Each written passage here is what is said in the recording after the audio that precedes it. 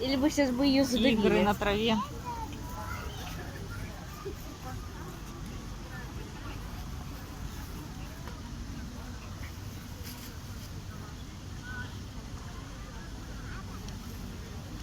И жара нипочем.